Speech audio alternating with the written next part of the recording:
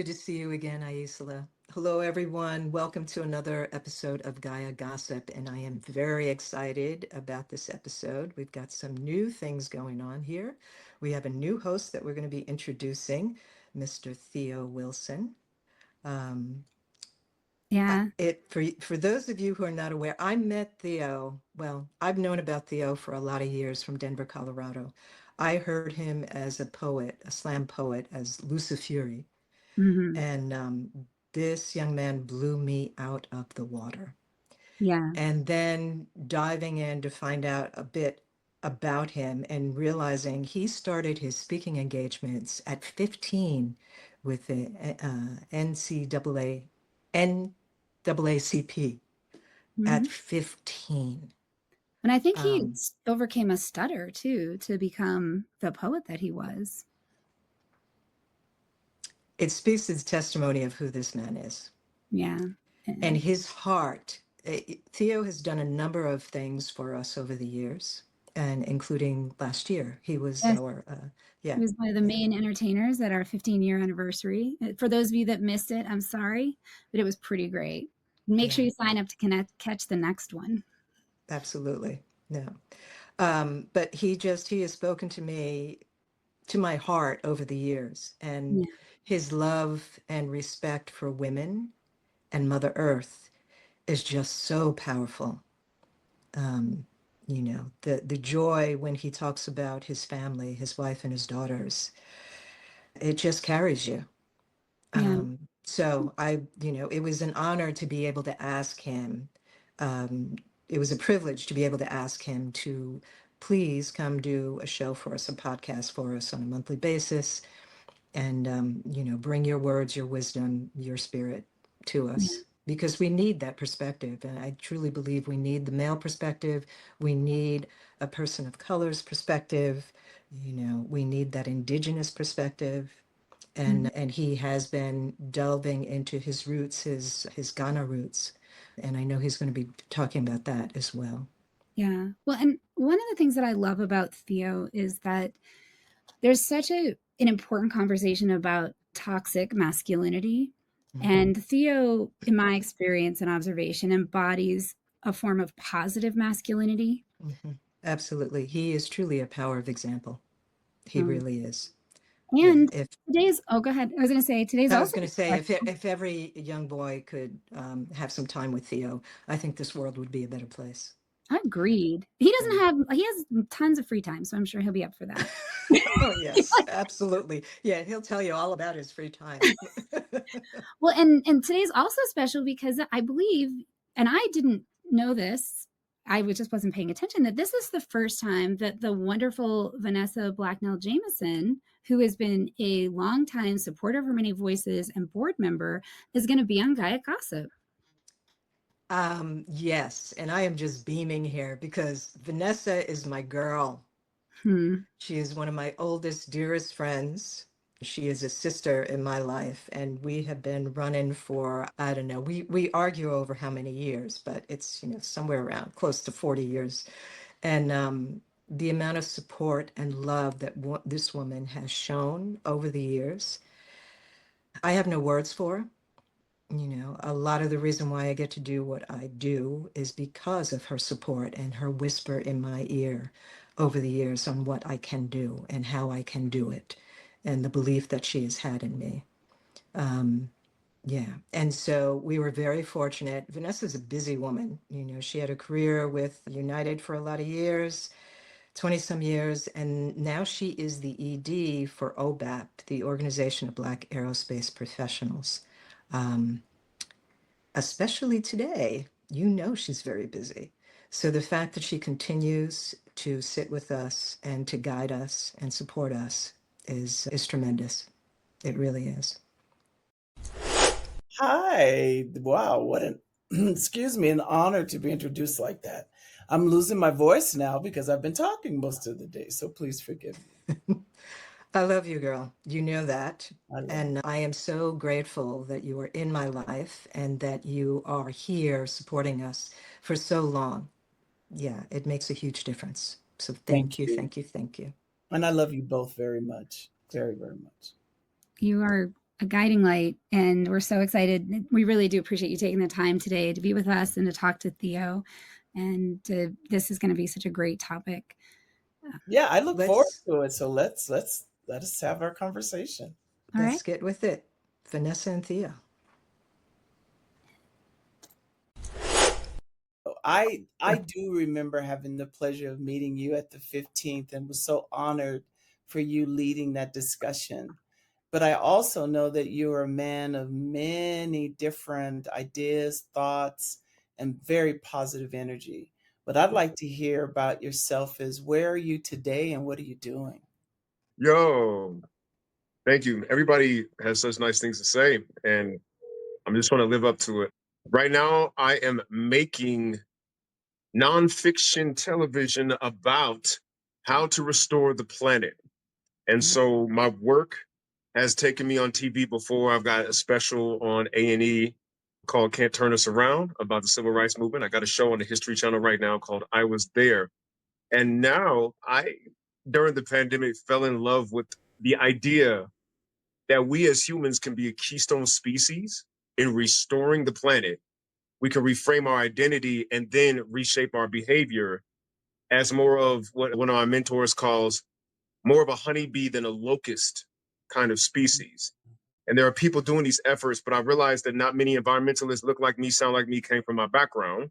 mhm. So perhaps I could bring my audience to them and show that there are solutions and there are people working these solutions that look just like you and me.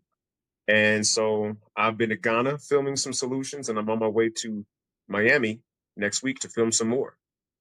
Oh, wow. That sounds so exciting. But that Yeah, doesn't surprise me with you, though, thank seriously. you.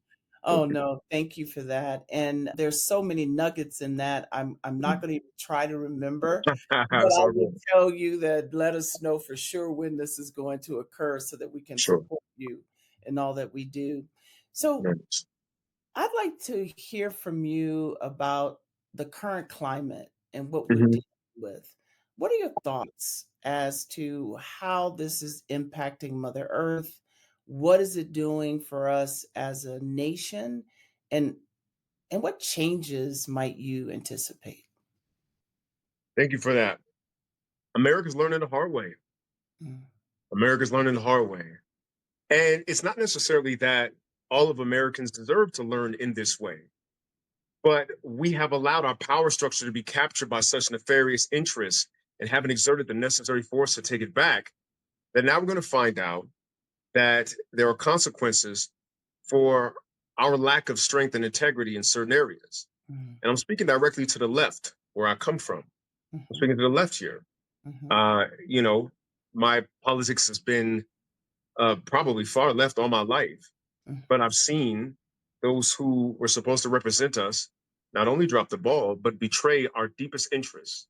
mhm, Right now, two things handed us the Trump 2.0. Number one, Democratic Party not acknowledging that Biden needed to step down enforcing that move. mhm, And number two, the Democrats' participation in the genocide in Gaza. mm, So we did it, unfortunately, right? mhm, Um, there are so many people who sat this one out.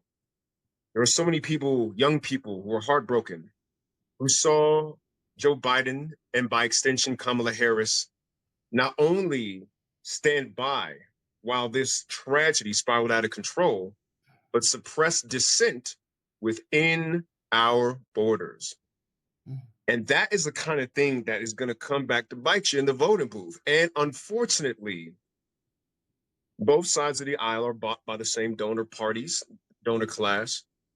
They both have similar interests. I remember when, I was very young, the Democrats were the party of peace and the neocon Republicans were the ones driving us to war in Iraq. mhm, But it seems as if Lockheed Martin and all of the Raytheon defense contractor donors have gotten their hooks into the Democrat side as well. mhm, And when things escalated in Ukraine, mm, there was certainly some moral grounds to say that we needed to resist Mr. Vladimir Putin. But the way and spirit in which it was done hyper-militarized the left, and we could not, and I say we because I'm part of the left, Yes. de-escalate when it came to Gaza, and that cost us. Mm-hmm. Now, that's the short term. There's a larger window we can go into, but that's the thing that happened within the last 4 years.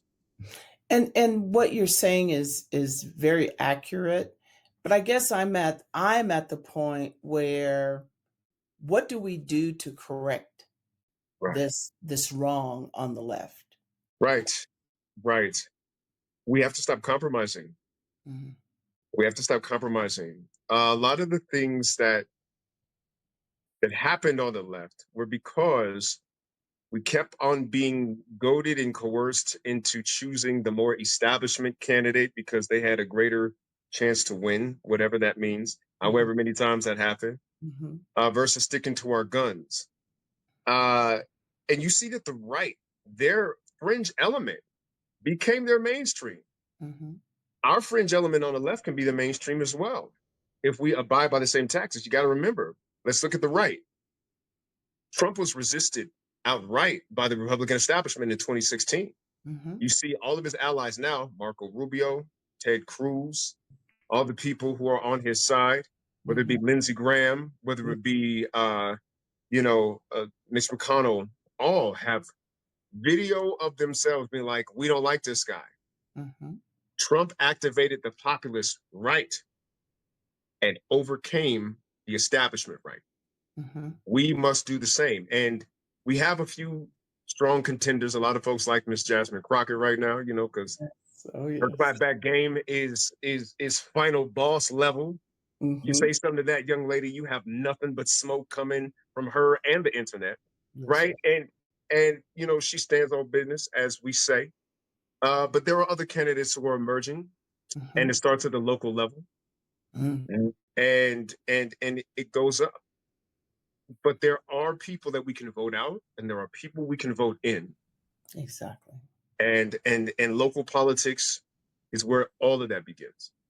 Yeah, I'm a strong, definite advocate for what you're saying, because everyone has a tendency to look to the bigger picture. Right. They forget what's happening here at home. Mm-hmm. So there is a question that I'm kind of curious about.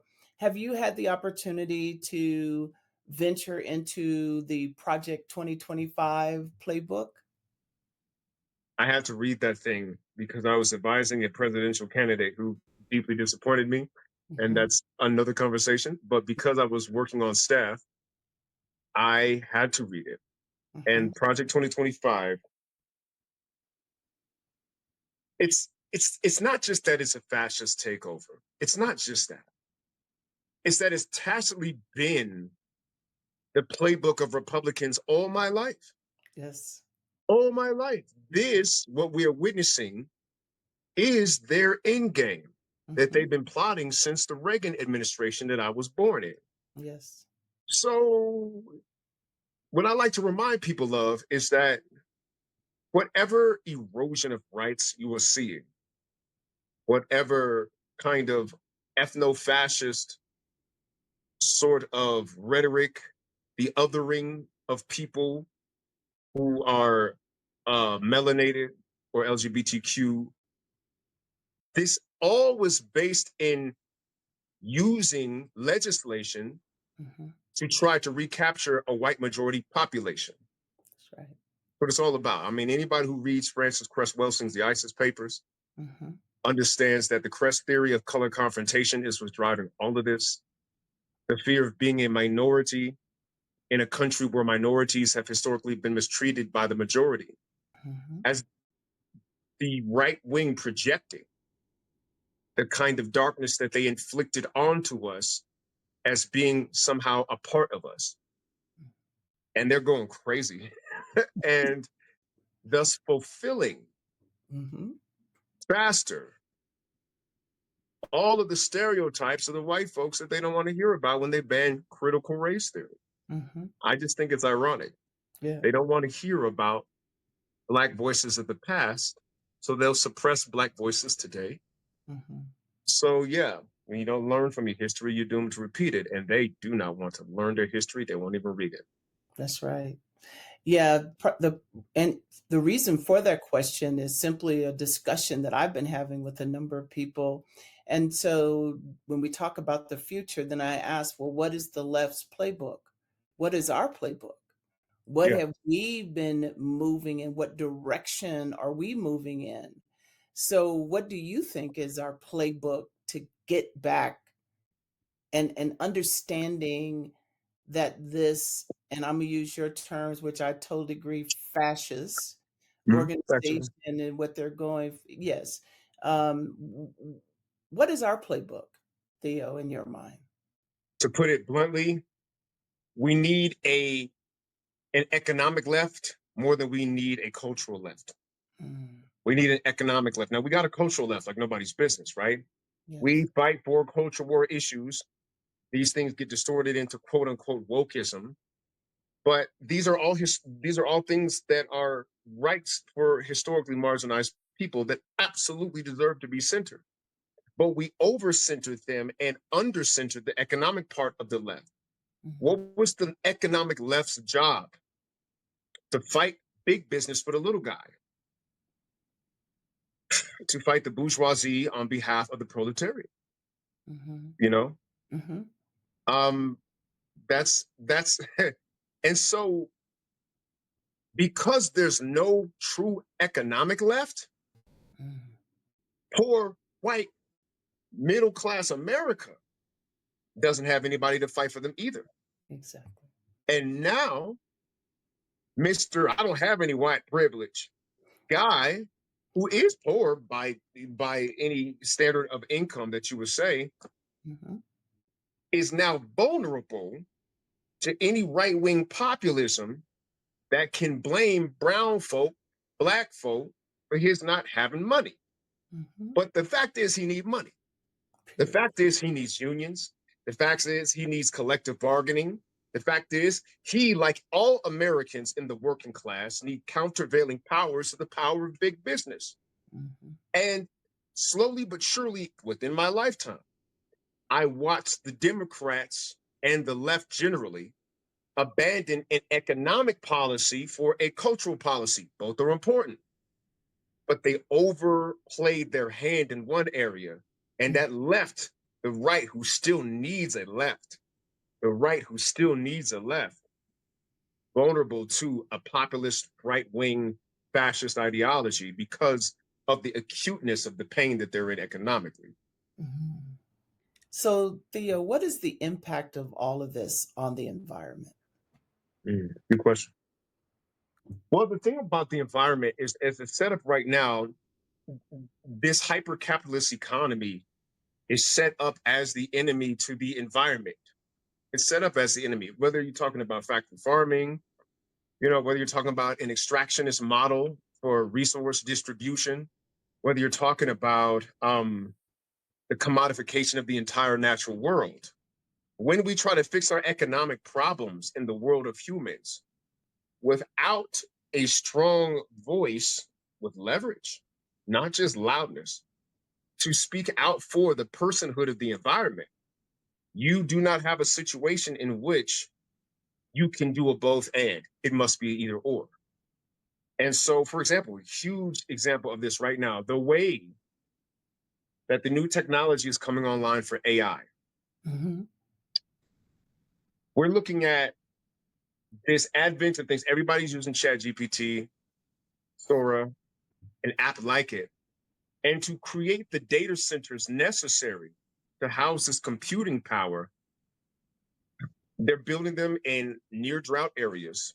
mhm, They are so energy thirsty that they need fossil fuel kinds of energy if they're going to build at scale to keep up with market demand. mhm, And we've got a situation whereby um, we who even care about the environment have to make rent in this economy. And it doesn't seem to be something that is getting enough priority. And so, therefore, take it to a higher level. The universe has a couple fail safe mechanisms to teach us. One of them, particularly, being good old fashioned suffering. yeah. It's happening. I'm headed to Miami next week. I know some people in real estate there who are quietly talking behind closed doors about how there's this massive denial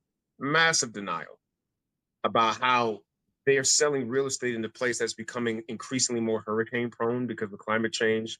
Waters are rising. Everybody wants beachfront property. These things are clashing head to head. Ain't no question. And so we're going to have, sadly, a severe enough emergency to wake up the masses. But those of us who are still in the movement need to keep doing our work. Those of us who are still in the movement understand that you are planting seeds that may only sprout when the forest fire comes, but you still got to plant them seeds. You still got to work. You still got to raise awareness. You still got to come up with solutions, and you got to water those solutions the best you can. So when the mass awakening comes, you'll be like, I got your solution right here. Come join us. Wow. Theo, you're absolutely amazing. Again, you've taken me down so many channels and understanding the environment and knowing the impact of what this is going to have on us long term. But the intersection of all of this is leading to something that I'm fearful of. And can you imagine or tell me what you may be fearful of in the coming years? I was gonna say you first. You first. Look,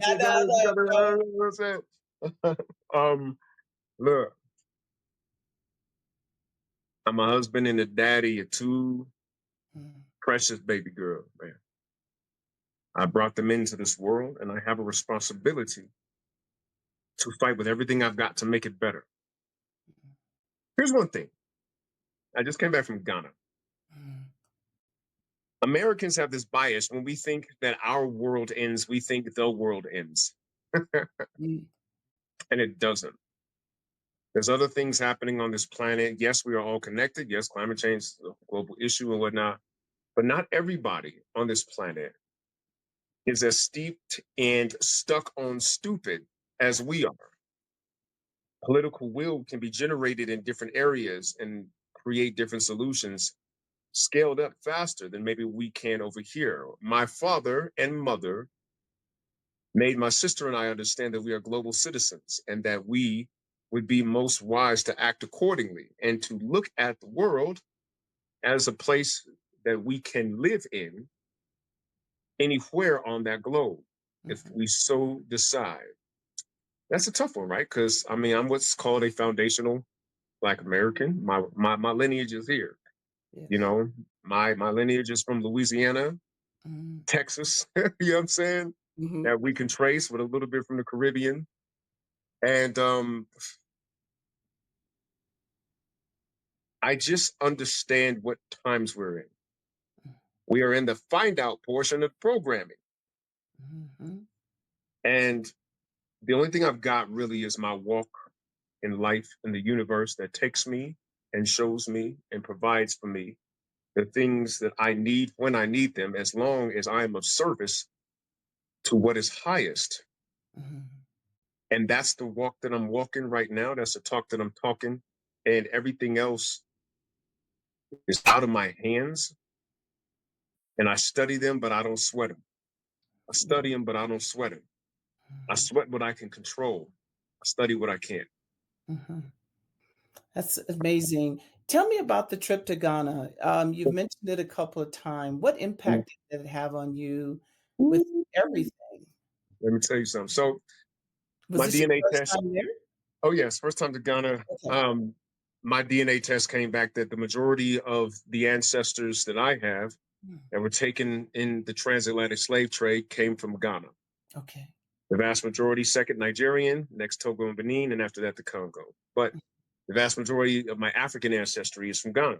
So I went there to document the replanting of shea trees for shea butter, what it's doing to the economy there, studying the supply chain from literally the women who plant it by hand all the way up to the cosmetic store where you buy it, and as well as the shea tree in and of itself as a keystone flora species in the environment. and how replanting them creates a lot of ecological relationships with other plants that help them regreen that area. So that's what I was studying. That's what I was filming. A group called Water for West Africa fit most of the bill to get us out there. They're great folks, great partners. And after we were done filming that, I went to Elmina Castle, the slave dungeon on Cape Coast in Ghana. And I walked through the walls. I say it's African Auschwitz with an ocean view. And you see the blood splats that have turned black after hundreds of years. To this year, it's 538 years old. Mm-hmm. I was captivated by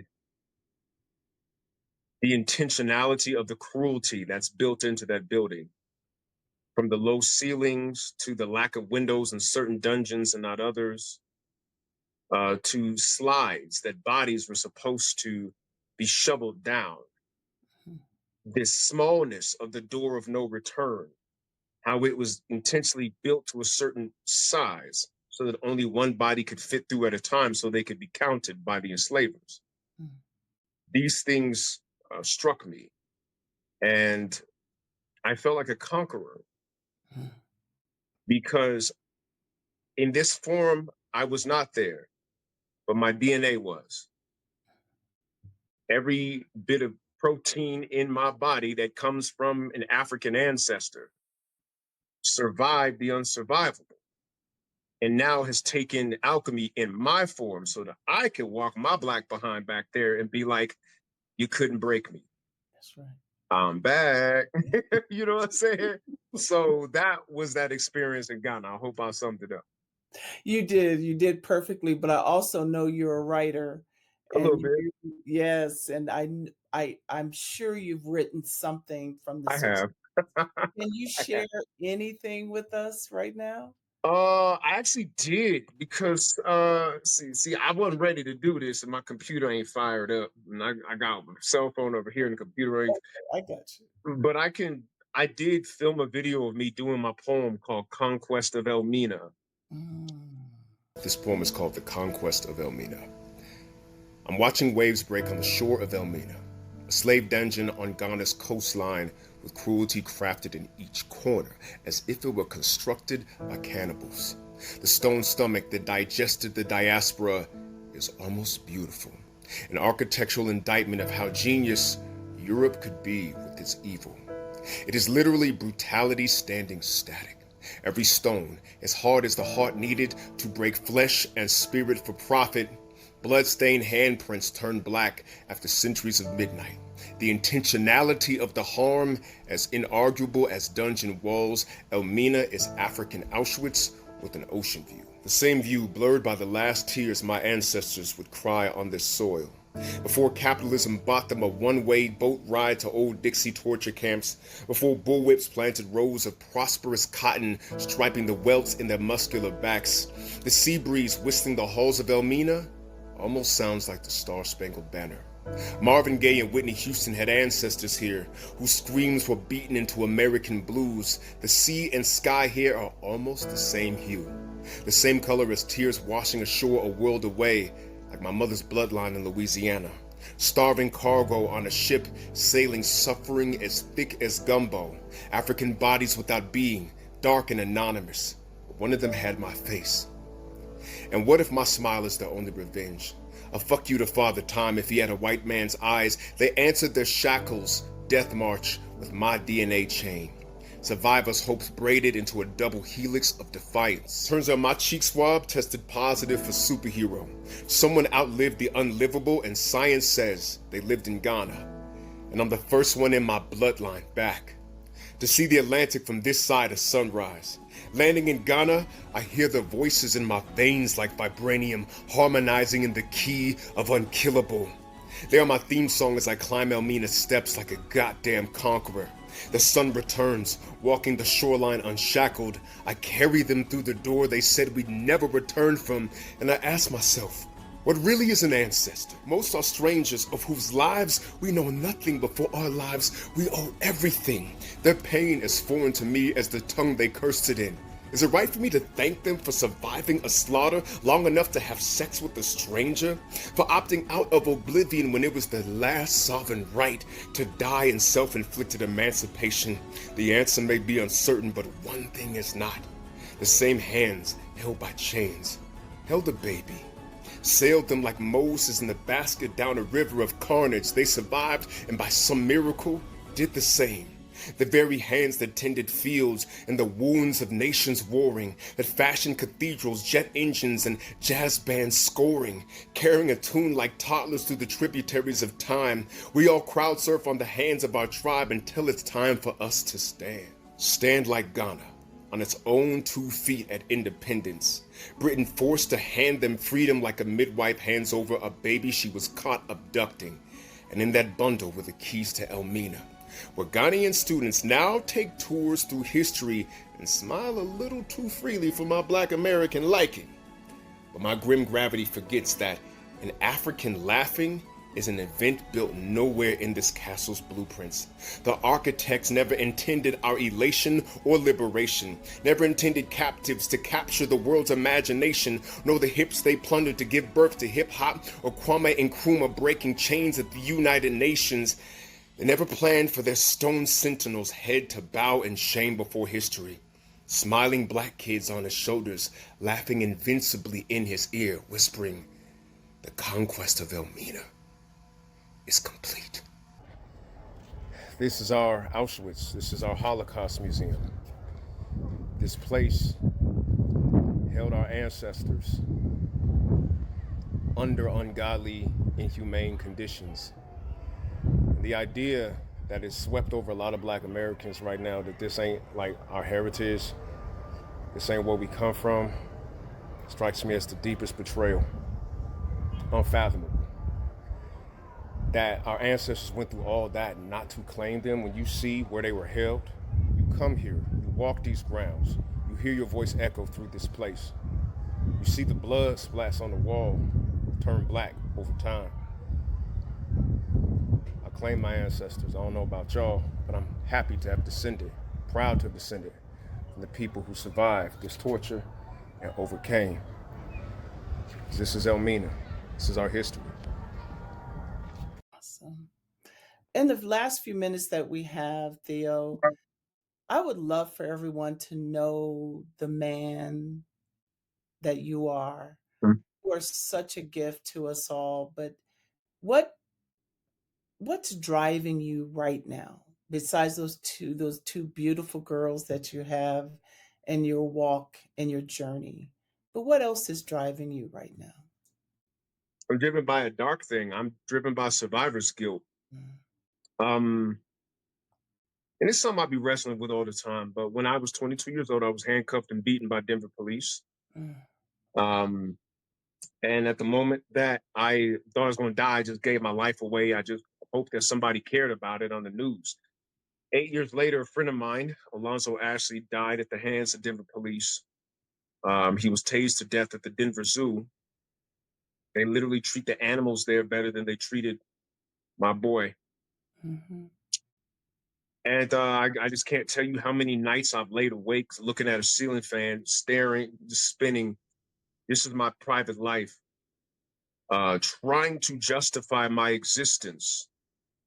Survivor's guilt is a thing that I live with constantly. And the only way that I have found to alchemize that is to try to make the best of the days that I somehow feel I wasn't supposed to have. You hear mhm. me use the word alchemy a lot Alchemy. because that is the process of transmutation, turning a rough thing into a refined thing. It's not just transformation, that's lateral. Transmutation is vertical. Mhm, It's taking something low or taking something gruff and refining it to something better. And I'm taking the lead of my pain and trying to turn it into gold of my art in some kind of way. And I'm driven by just not knowing how or why the cars fell where they fell when I was handcuffed and beaten by the cops, to be honest. That journey, first, I want to acknowledge and say that I'm sorry. And I say that I'm sorry because it's, as a young man at 22, the impact of your life, it's just important. But I do want to say to you, I was asked to do this. I am so honored to be able to do this with you, because I was so impressed when I first met you, and I thought, "Oh, Theo, absolutely." No, I know, but really, you need to know the value that you bring to Her Many Voices, Mhm. what you've done for us as an organization, and that relationship is powerful, and we will always be here to support you. I'm humbly just going to try to learn how to accept good words and say thank you.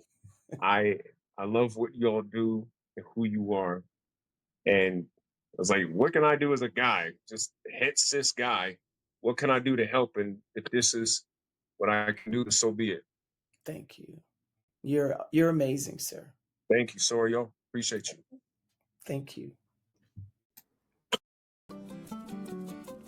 Thank you again for joining us at Her Many Voices Gaia Gossip.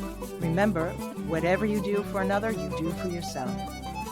For more information, head over to hermanyvoices.org to learn more about other programs and get involved.